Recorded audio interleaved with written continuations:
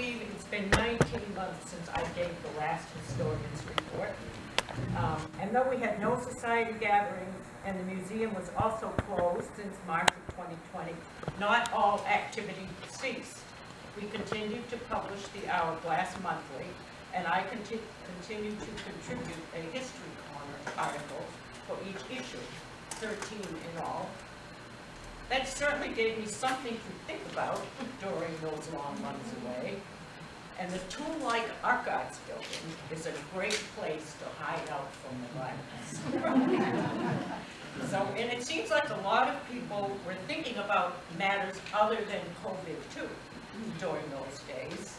Besides writing and researching the articles, I responded to about 30 inquiries from people locally as well as around the country.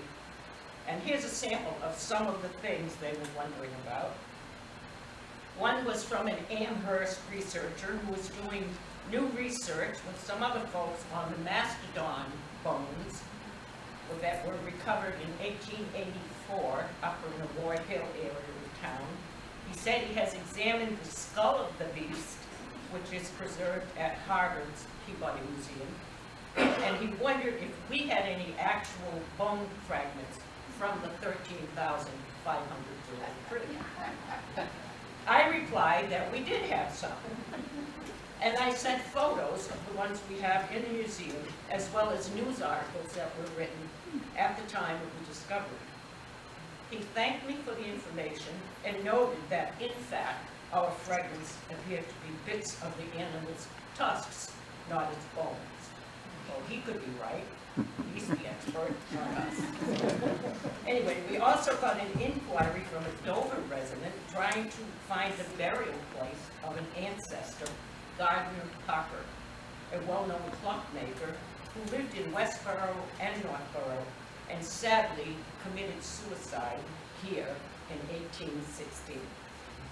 I searched around a lot on this, but neither the town nor the society have any record or information on Mr. Parker's burial. And that's not surprising, since suicide was a definite taboo and in fact was considered criminal way back when, and victims often could not be buried in the church or town cemeteries. I suggested a couple of other avenues you could try, but the last I knew, he was still looking for his uncle's resting place.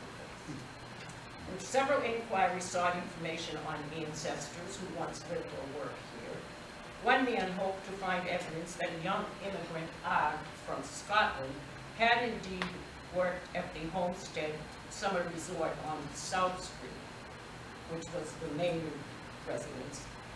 As immigration records indicated, that was her destination. I found no direct proof of that, but I did discover that her fellow Scottish immigrant married a man from Northborough and lived here for years. So it is likely that his aunt did indeed land here for a while anyway. And now, relating to tonight's program, my COVID-era Hourglass article just a year ago this month noted the 100th anniversary of women's suffrage. In particular, it recalled that the 1881 town warrant included a request that the town ask the legislature to grant women the right to hold town offices and vote in town affairs, as do male citizens. The warrant said the article was included at the request of Lucy Stone and other suffrage advocates. No luck on that request, but it's one local link to tonight's guest speaker.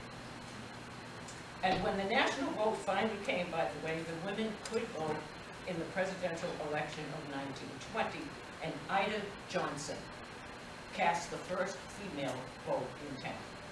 And a total of 363 women registered to vote. Then there was Dorothy Vernon Rose, who in 1985, at age 98, was the town's oldest resident, and as such, she was interviewed by the Telegram and Gazette. Miss Rose told of her efforts on behalf of voters of getting the vote for women. She remembered heading off to Boston as a young woman to participate in suffrage rallies, despite her father's objections. he told her that the suffragettes were a bad crowd, and he did not favor giving women the vote. As the saying goes today, nevertheless, she persisted, and along with a friend, went to rallies because they were, to quote Miss Rowe, quite convinced it was the right thing to do. So that brings the historian's efforts over the past 19 months up to date.